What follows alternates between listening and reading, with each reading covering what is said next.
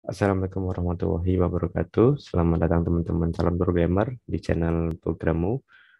Oke, seperti yang saya janjikan di video sebelumnya, kita di video ini membahas tentang setter dan getter. Nah, setter dan getter ini masih ada erat hubungannya dengan visibility. Oke, kemarin di video sebelumnya kita udah nyoba setter dan get, cuman belum detail ya. Ini saya akan jelaskan gimana sih detailnya setter dan getter. Oke, setter dan getter itu metode yang digunakan untuk membaca dan mengubah isi properti dengan visibility, protected, dan private ya. Kemudian kemudian mengapa kita perlu merubah apa namanya itu properti maaf visibility yang public ya. Kan di project kita masih ada beberapa properti yang masih public. Nah, jadi sebaiknya kita tidak membiarkan bagian dari luar kelas itu dapat mengakses secara langsung. Nah, maka dari itu kita perlu ubah visibility-nya menjadi protected atau private gitu. Nah, maka dari itu kita membutuhkan metode yang namanya set ya, setter dan getter untuk memberi nilai atau melihat nilai ya, untuk nge-set atau nge-get gitu. Gampangnya seperti itu. Oke, lalu gimana sih penggunaan set dan get gitu? Nah, kita akan langsung coba di code ya. Kita langsung learning by code. Di materi sebelumnya kita belajar tentang visibility ya. Di sini masih beberapa ada yang public nih, yang harga udah private tapi ya. Ada beberapa yang public. Gimana caranya kita ubah menjadi protected dan private biar di luar kelas nggak bisa akses sembarangan gitu ya. Oke, kita akan coba nih. Kita buat HR dulu, kemudian kita ingin nampilin,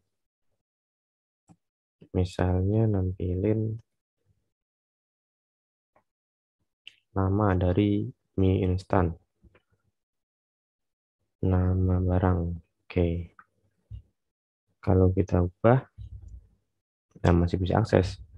Nah, tapi gimana kalau misalnya kita ubah di sini menjadi protected?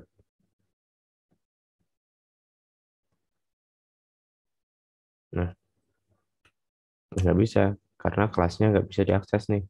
Hmm, Nah, karena propertinya itu terprotek, jadi hanya bisa diakses oleh kelas atau turunannya itu ya. Oke, kemudian oh ya, kalau misalkan kita ingin mengubah nama mie instan,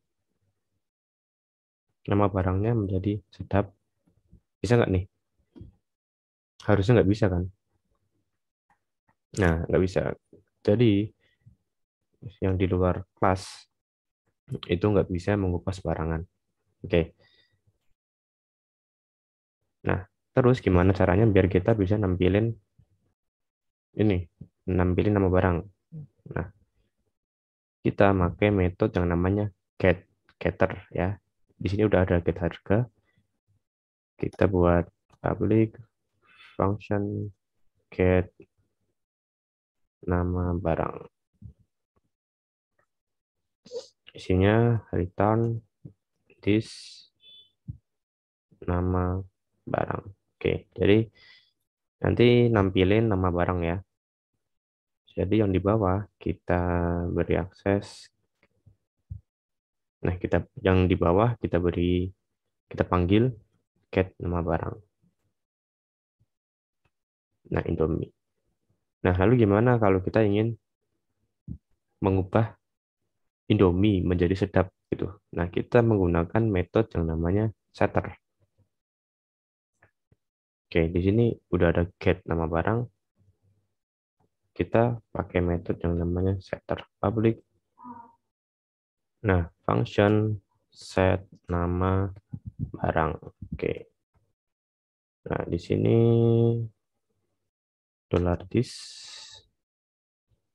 nama barang sama dengan nama barang. Oke. Misalnya kita mau, oh maaf, oh kita kurang parameter di sini nama barang. Nah, kita mau merubah nama nama Indomie menjadi sedap misalnya. Set nama barang kita misalnya mau ubah jadi sedap. Kita coba run. Nah, kita berubah. Oke ya. Mungkin kita ubah aja semuanya jadi private nih.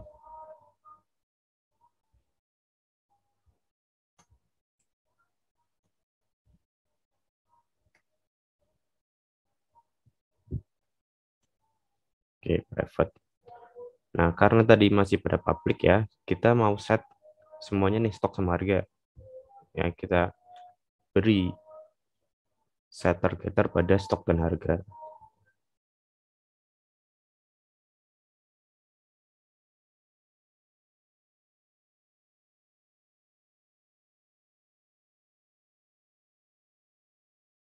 Nah, kita sudah setting set targeter pada stok dan harga. Harga tadi udah ya di sini. Karena yang harga tadi itu dihitung dari diskon. Oh ya, gimana kalau diskonnya kita buat private juga nih. Jadi biar semua produk itu bisa mengakses, maaf semua barang bisa mengakses diskon itu.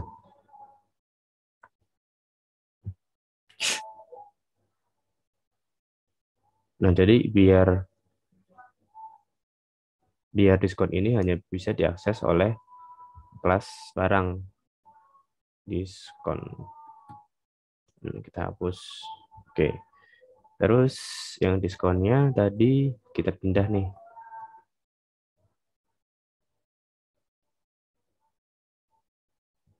Kita pindah di sini misalnya. Udah ada set. Oke, udah. Nah, mengapa kita harus beri metode set and get ya? Padahal kan kalau pakai public kan lebih cepat nih. Codingnya nggak banyak gitu ya. Nah, salah satunya itu di set ini kita bisa memberi validasi. Misalnya validasi di sini misalnya harus string gitu ya. Misal if kalau bukan string ya, ada nama barang misalnya. Nah, misalnya kita mau beri throw exception nih.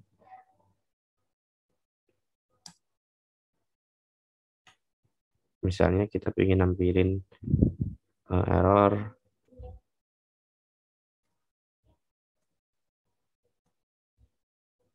nama barang harus string. Nah, kalau misalkan ini kan harusnya berhasil ya kan, karena ini string. Nah, gimana kalau kita ubah di 23? Berhasil nggak nih?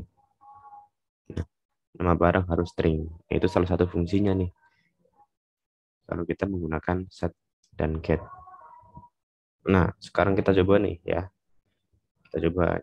Ini kan buat nampilin nama barang. Misalnya kita mau nampilin nama get stock misalnya.